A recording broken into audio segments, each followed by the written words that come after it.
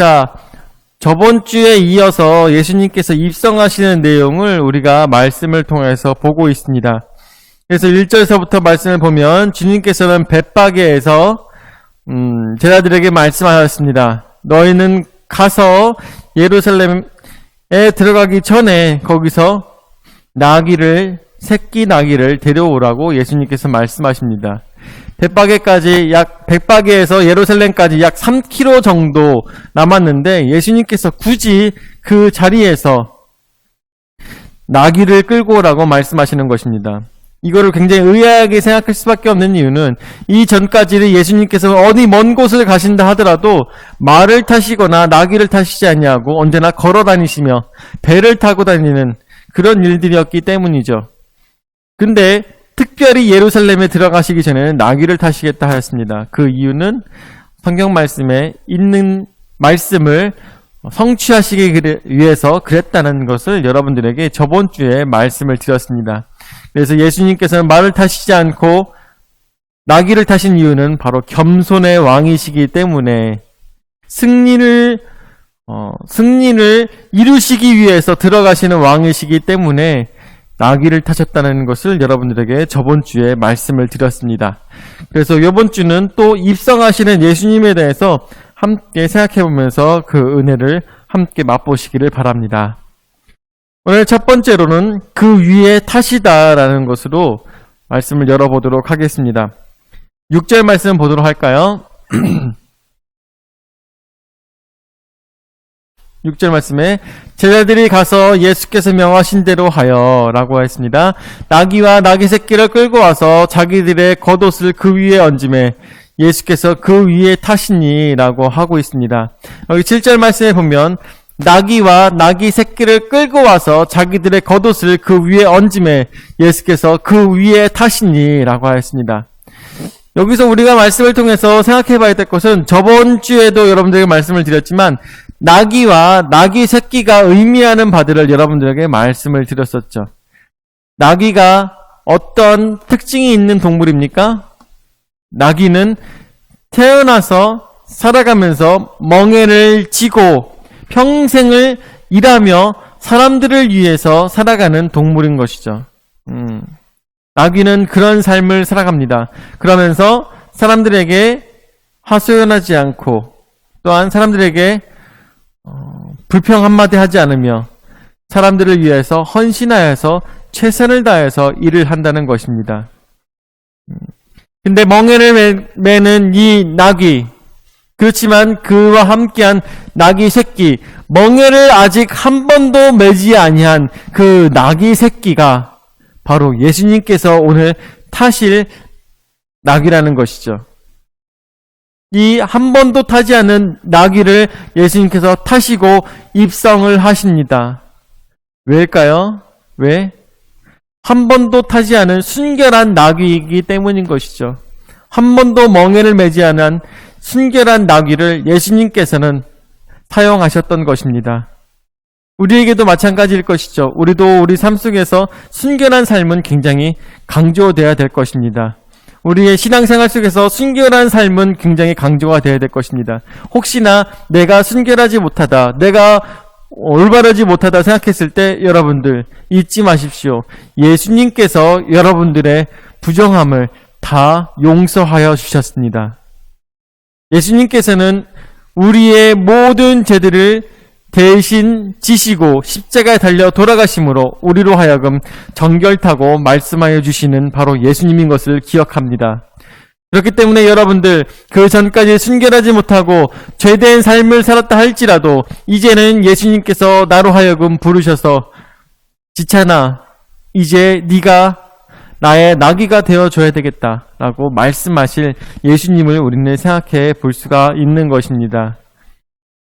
그 나귀, 그럼에도 불구하고 이 나귀 새끼를 타셨다는 것은 또 생각할 때 이 나귀 새끼는 지금 예수님을 메고 있지만 나중에는 어떻게 해야 돼요? 멍에를 맬 수밖에 없다는 것이죠. 나중에는 멍에를 매게 될 것인데 이 멍에는 또한 무엇을 의미합니까? 이 백성들이 지고 있었던 율법에 의한 멍에를 이야기하는 것이죠. 이전까지 율법에 의해서 많은 이스라엘 백성들이 마치 짐을 지고 있는 것과 마찬가지였어요. 자신들은 무엇을 잘못한지도 모르면서 바리새인들에게 욕을 먹으면서 죗값을 물어야 되고 억울한 일들을 너무나도 많이 당했던 것이죠. 그렇게 많은 성경을 가르치는 사람들, 또한 법을 가르치는 사람들이 이스라엘 백성들에게 억압을 하였습니다. 무엇을 가지고요? 하나님의 사랑을 가지고 곡해를 해서 그것으로 사람들을 얽매고 그걸로 사람들을 어렵게 만들었다는 것입니다. 정말 아이러니한 것이죠.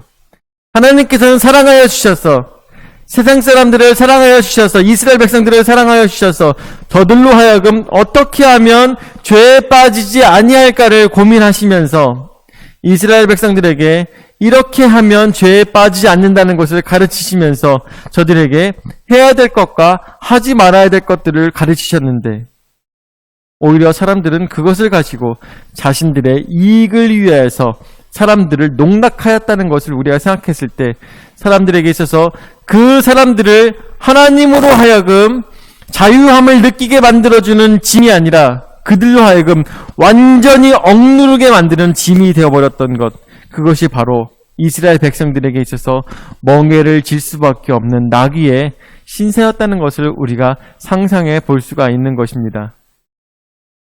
그러는 와중에 예수님께서는 그 위에 타셨다라고 오늘 성경 말씀에 나타나고 있습니다. 여기서 나오는 정관사 그것은 나귀와 나귀 새끼를 얘기하는 것일까요? 아니면 그 겉옷을 얘기하는 것일까요? 말씀 자세히 한번 보셨으면 좋겠어요. 나귀와 나귀 새끼를 이야기하는 그 위를 얘기하는 걸까요? 아니면 겉옷을 벗어놓은 그 위를 얘기하는 것일까요? 이런 거 가지고도 학자들이 굉장히 논쟁이 엄청 분분해요. 그래서 어떤 학자들은 이렇게 얘기합니다. 예수님께서 나귀를 한번 타셨다가 나귀 새끼를 또 타신 것이다 라고 얘기를 해요. 왜냐하면 이 그라는 이 정관사가 복수형으로 사용되어 있기 때문에 하는 얘기예요. 자, 그런데 어떤 학자들은 이렇게 얘기합니다. 자기들의 겉옷들, 거멘트라고 하는데 거멘트 위에 앉으셨다, 거멘트들 위에 앉으셨다라고 이야기하고 있습니다. 여러분들 어떤 게 맞을까요?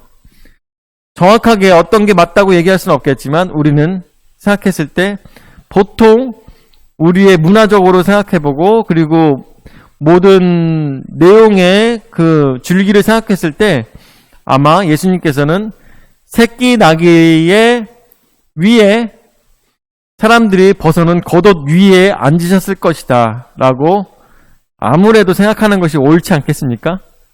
저도 그렇게 생각합니다. 예수님께서는 새끼 나귀 위에 사람들이 벗어놓은 옷을 그 안장처럼 그곳에 해놔서 사람들이 해놓은 곳에 그 위에 예수님께서 앉으셔서 이 길을 가셨다는 것을 생각해 봐야 될 것입니다. 예수님께서 예루살렘으로 입성을 하십니다. 많은 사람들이 자신들이 할 수 있는 최선을 다해서 예수님을 영접하고 있습니다. 어떻게요? 자신들의 겉옷을 벗어서 나귀 새끼 위에다가 안장처럼 그것을 올려놓고 있다는 것입니다. 상상해 보십시오. 여러분들, 겉옷을 벗어서 다른 사람에게 입혀주는 일, 여러분들 평생 해보신 적 있으시죠? 어떤 사람에게 해줍니까? 추운 날에는 불쌍한 사람에게 옷을 벗어주기도 하죠. 그렇죠? 추운 날에는 불쌍한 사람에게 옷을 벗어주기도 해요. 그런데 이거는 전혀 성격이 다릅니다. 왜냐하면 자기의 옷을 벗어서 바닥에다 깔아주는 것입니다. 자기의 옷을 벗어서 이 나귀 새끼 위에다가 깔아주고 땅바닥에다 깔아주는 것입니다. 언제 그것이 가능할까? 언제 그런 일이 발생해요? 우리나라 문화에서 언제 그런 일이 발생해요? 보통 만약에 이런 일이 일어난다면 남자가 여자가 혹시나 엉덩이가 추울까봐 자신의 옷을 벗어서 벤치에다 깔아주고 여기에 앉아. 극진한 대접을 할 때 그런 일이 생기기도 하죠. 그렇죠?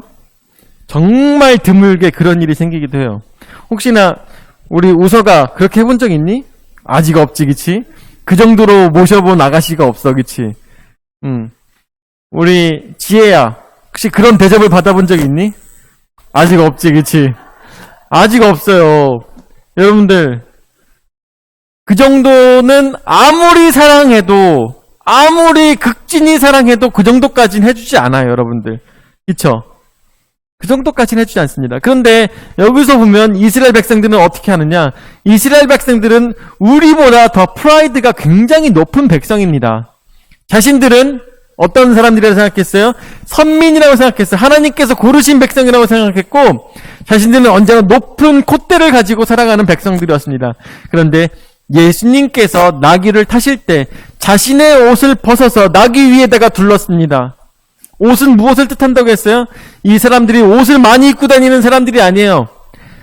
팬티 위에다가, 쉽게 얘기하면 팬티 위에다가 옷을 하나 이렇게 걸쳤는데, 걸친 다음에 여기다 이렇게 허리를 이렇게 하고 이런 사람들인데, 그 겉옷을 벗어서 예수님 거기 위에다 올린다는 것은 내 자신을, 나의 유니폼 같은 거 있잖아요. 그쵸?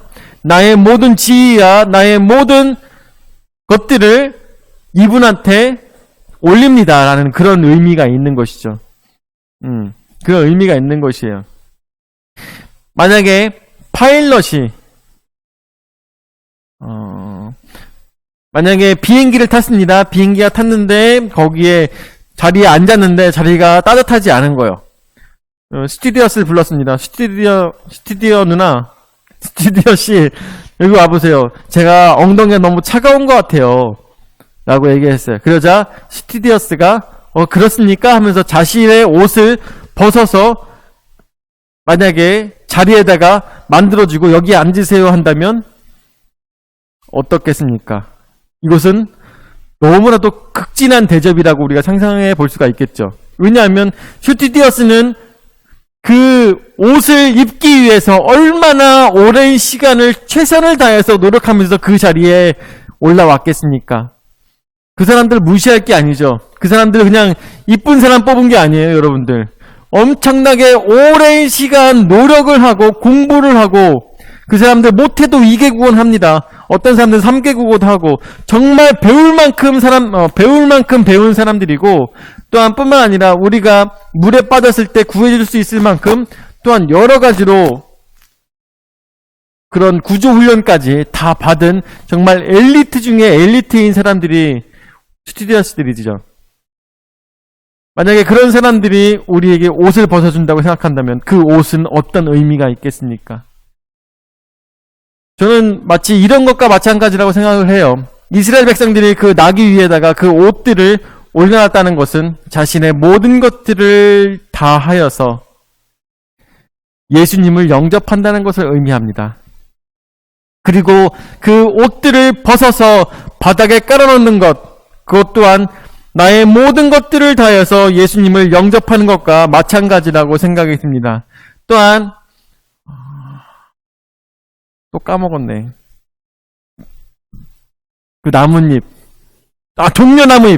종려나무잎을 또 꺾어서 바닥에서 딱 깔아놓습니다. 이게 어떤 일이 있었는지 아십니까? 예전에 왕이 그 예루살렘에 입성할 때 그 왕을 맞이하기 위해서 바닥에 깔았던 사건이 과거에 있었어요. 구약 성경에 있었습니다.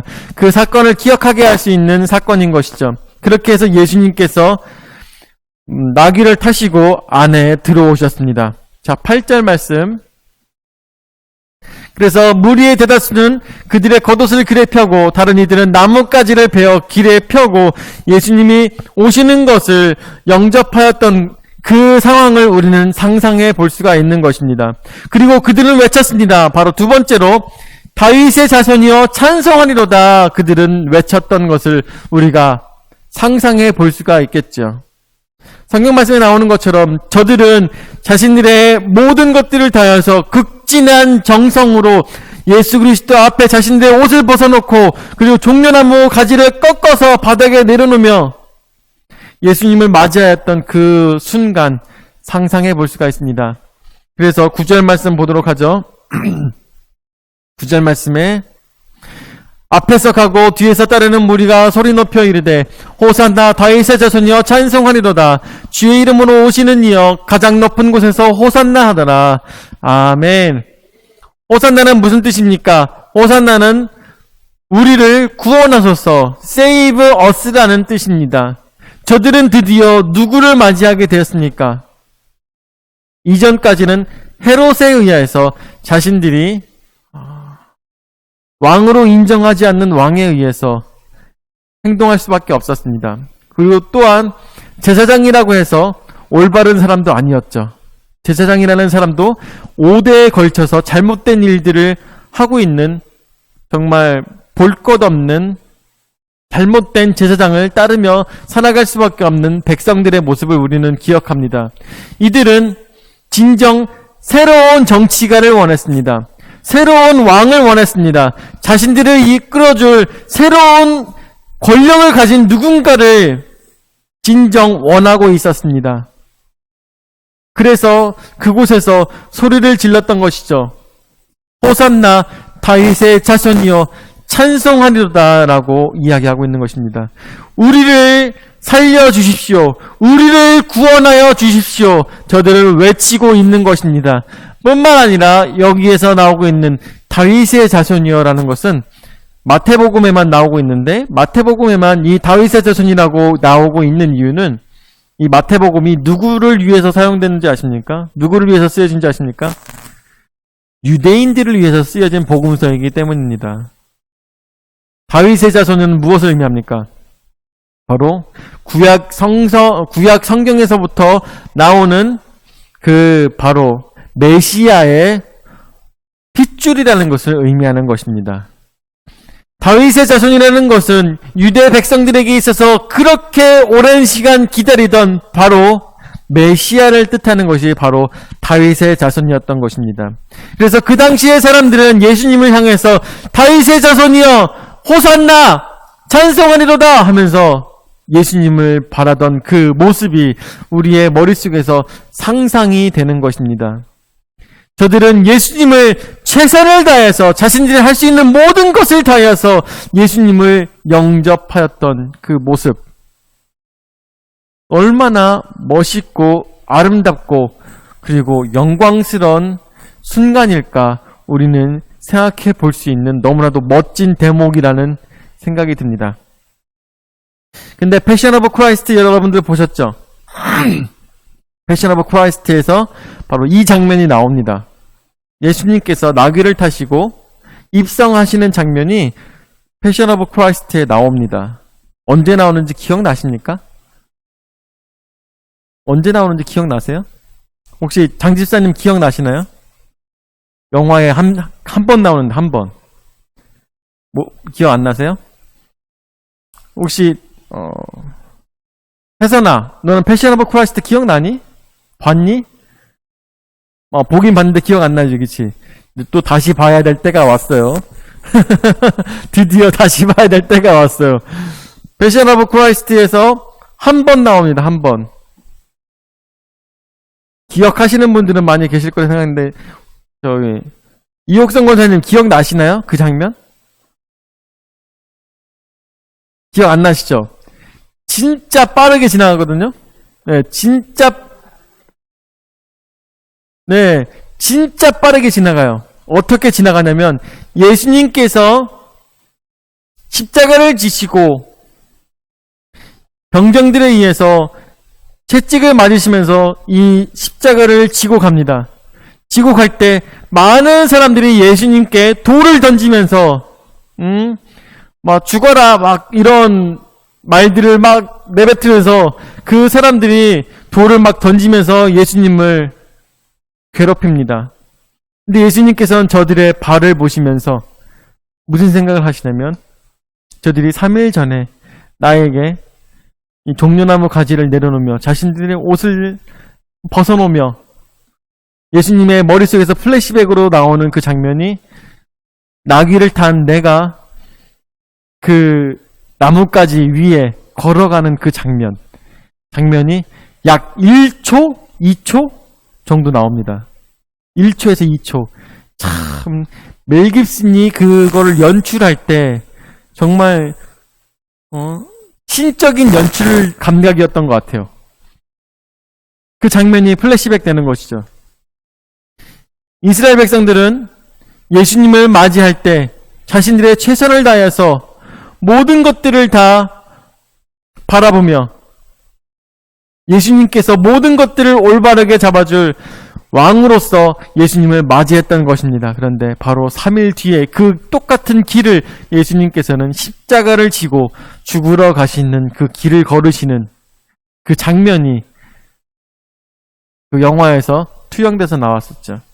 그런 걸 생각했을 때 얼마나 이 모든 사건들이 얼마나 아이러니할까 우리는 상상해 볼 수가 있는 것입니다. 그 아이러니한 것을 세 번째, 선지자 예수라 하니라 라는 것에 대해서 우리가 볼 수가 있는 것이죠. 이 아이러니한 사건. 10절 말씀에 예수께서 예루살렘에 들어가시니 온 성이 소동하여 이르되 이는 누구냐 하거늘 무리가 이르되 갈릴리 나사렛에서 나온 선지자 예수라 하니라 라고 하였습니다. 여러분들 이 말에서 어떤 특별한 느낌을 찾으실 수가 있으시겠습니까? 여기서 나온 이 말에서 특별한 느낌을 찾을 수 있겠습니까? 10절 말씀에 다시 보죠. 10절 말씀에 예수께서 예루살렘에 들어가시니 온 성이 소동하여 이르되 이는 누구냐 하거늘 예수님께서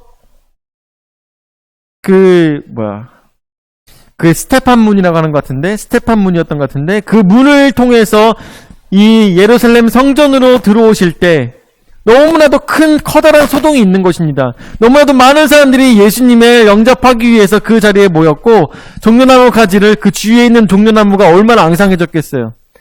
막 싹 다 벗겨가지고 사람들이 막 바닥에 깔고 자신의 옷들을 막 하면서 막 웅성성이 아니라 막 난리가 났겠죠.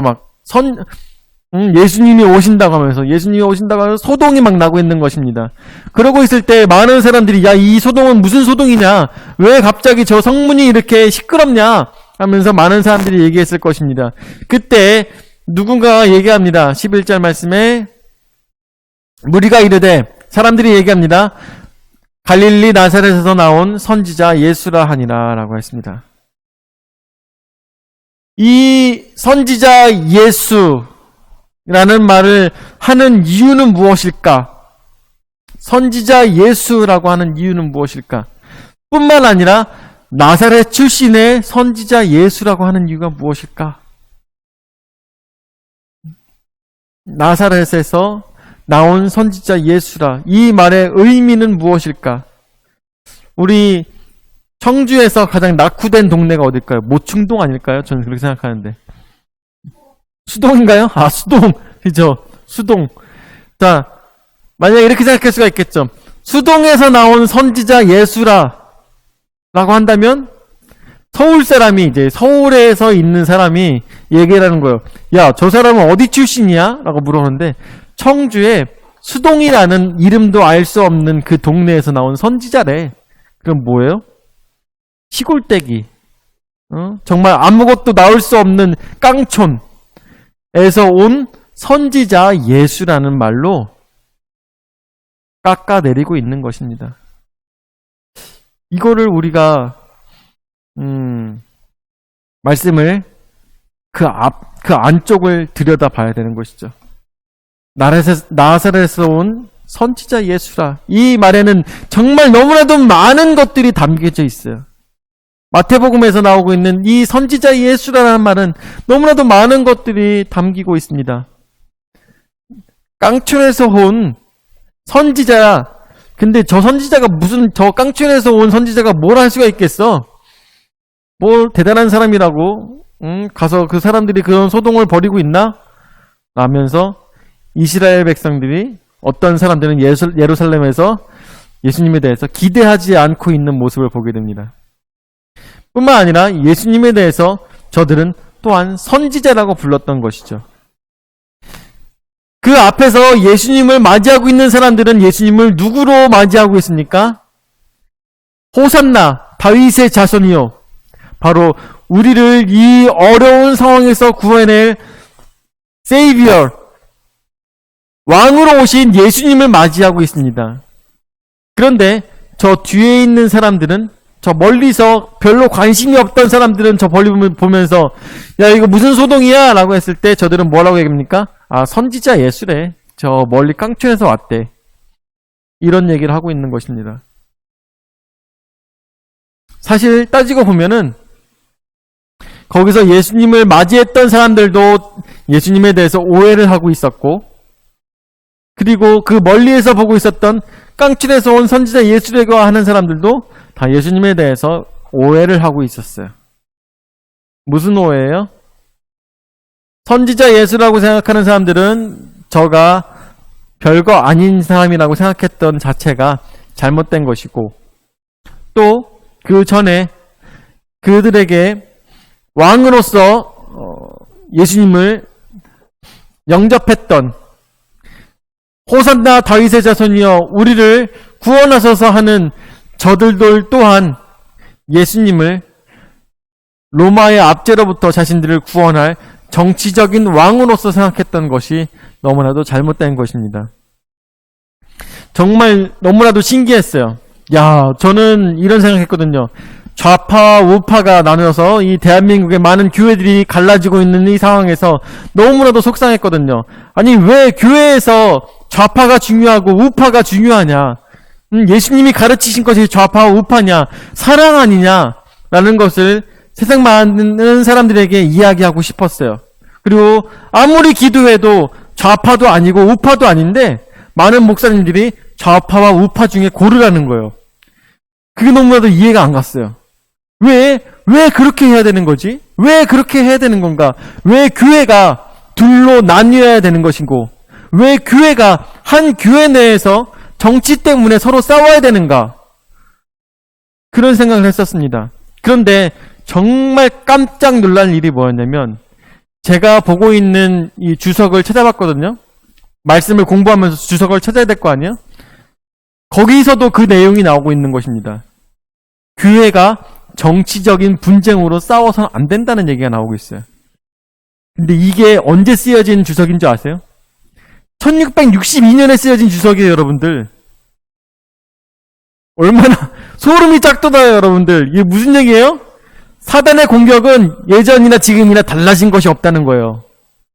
교회를 넘어뜨리는 방법은 달라지지 않았다는 것이에요.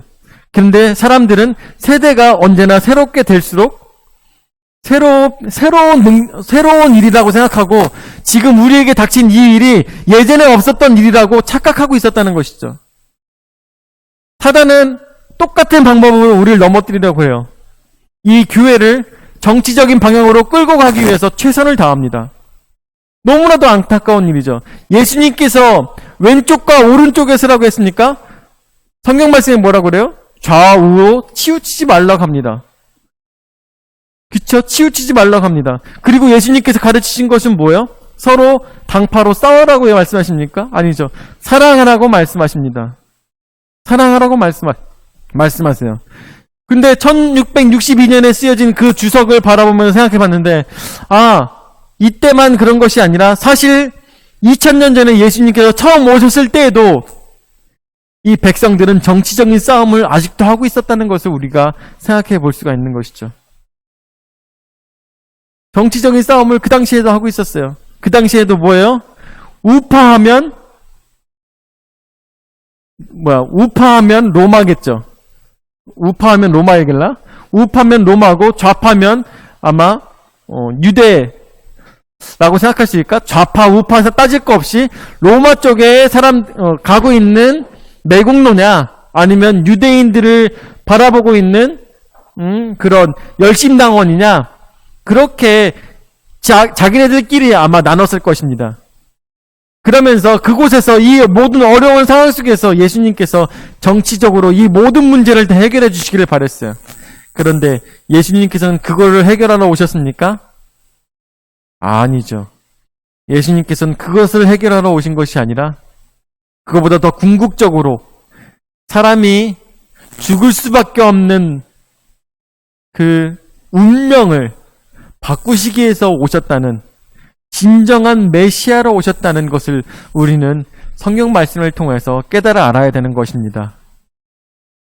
그래서 얘기합니다. 선지자 예수라 하니라 라고 사람들은 많이 오해를 하고 있습니다. 이 세상에 많은 사람들도 지금도 전 너무나도 안타까운 게 교회를 등에 업고 교인들을 등에 업고선 자신의 정치 성향을 나타내며 앞으로 뛰어가고 있는 많은 목사님들, 정말 예수님 앞에 얼마나 많은 회개를 해야 될까, 저 너무나도 많이 생각이 듭니다. 어떻게든 세상에서 벌어지고 있는 많은 음모론들을 이야기하며 그 음모론들을 가지고 교인들을, 성도들을 주물럭거리면서 그렇게 하고 있는 모든 목사님들, 저는 예수님 앞에 규탄받아야 된다고 생각합니다. 모든 것들, 우리는 성경 말씀을 통해서 가려진 것이 아니라 모두 다 드러났습니다. 모두 다 드러났어요. 이 모든 것들이 다 가려진 것처럼 생각하겠지만 여러분들, 이 성경은 하나님께서 우리에게 보내주신 러브레터라고 합니다. 러브레터는 여러분들, 은유적인 표현은 있을 수 있어도 가려진 것은 없어요. 그렇죠? 러브레터 쓸 때 뭐라고 합니까? 당신의 눈은 너무나도 아름다워서 내가 그곳에서 헤엄을 쳐도 끝까지 닿을 수 없을 것 같군요. 변지혜 씨. 뭐 이런 거 쓰겠죠. 러브레터는 그런 식으로 쓰겠죠. 그렇지만 하나님께서 우리에게 그런 러브레터를 보내신 내용에서 은유적인 표현은 있을 수 있어도 절대 가려진 것은 없습니다. 왜냐하면 하나님께서 우리를 향한 사랑의 표현이시기 때문인 것이죠. 절대 가려진 것은 없습니다. 그런데 이 말씀 속에서 우리가 진리를 발견하지 아니하고 오히려 이런 정치 성향에 우리가 치우치게 되면 모든 것들을 그르치게 된다는 것을 우리는 상상해 봐야 될 것입니다. 자, 그래서 말씀을 마무리 접어보도록 하겠습니다. 대지를 다 보여주시겠어요? 입성하시는 예수님을 우리는 상상해 머리로 그려볼 수가 있습니다. 그래서 6절서부터 오늘 11절까지 말씀을 보았는데, 예수님께서는 많은 백성들의 극진한 사랑을 받으면서 예수님께서는 입성을 하고 계십니다. 그리고 다윗의 자손이라며 많은 사람들이 예수님을 메시아로서 맞이하고 있습니다. 그런데 그 맞이하는 그 모든 사람들이 다 예수님에 대해서 선지자 예수라고 오해하고 있었다는 것을 우리가 생각해 봐야 됩니다. 예수님은 선지자로서 이 모든 전쟁을 마치기 위해서 오신 것이 아니라 바로 전쟁을 일으키고 있는 마귀의 세력을 무너뜨리기 위해서 오신, 사망의 권세를 무너뜨리기 위해서 오신 예수 그리스도이신 것을 우리는 생각해 볼 때, 진정 우리는 이 세상의 것을 바라보지 아니하고 하늘의 것을 바라보며, 하나님께서 진정 우리에게 원하시는 삶이 무엇인가? 나는 세상의 것으로 싸워야 되는가? 아니면 영으로 싸워야 되는가? 영적으로 나는 무엇이 잘못됐는가 돌아보며, 나는 그곳에서 자신들의 욕심을 따라서 예수님을 따랐던 사람이 아니라 진정 예수님을 부활하시고 난 다음에 따랐던 그 제자들의 마음을 가지고 예수님을 따를 수 있는 우리 모든 성도님들 되시기를 예수의 이름으로 축원을 드립니다. 아멘. 사랑의 주님, 은혜 하사날 감사를 드립니다. 오늘도 저에게 귀한 은혜 말씀을 허락하여 주심을 감사를 드립니다. 세상에 많은 사람들은 너무나도 오랜 시간 마귀에게 속아서 오랜 시간 정치적으로 싸웠던 것을 우리는 생각해보고, 또한 너무나도 많은 사람들이 예수 그리스도에 대해서 오해하고 있는 것을 우리는 생각해봅니다. 주여, 우리와 함께하여 주시옵소서. 마귀를 이기는 방법은 예수 그리스도밖에 없다는 것을 우리는 깨달아 알 수 있도록 인도하여 주시옵고, 진정 내가 예수를 믿는 이유가 나의 잘됨을 위해서인가, 나의 육체가 보존되기 위해서인가, 아니면 나의 영이 하나님과 동행하기 위해서인가, 똑바로 깨달아 알 수 있는 우리의 신앙의 모습 될 수 있도록 인도하여 주시옵소서. 오늘도 저에게 귀한 은혜의 말씀 허락하여 주심을 감사드렸고 사랑이 많으신 예수님의 이름으로 기도드립니다. 아멘.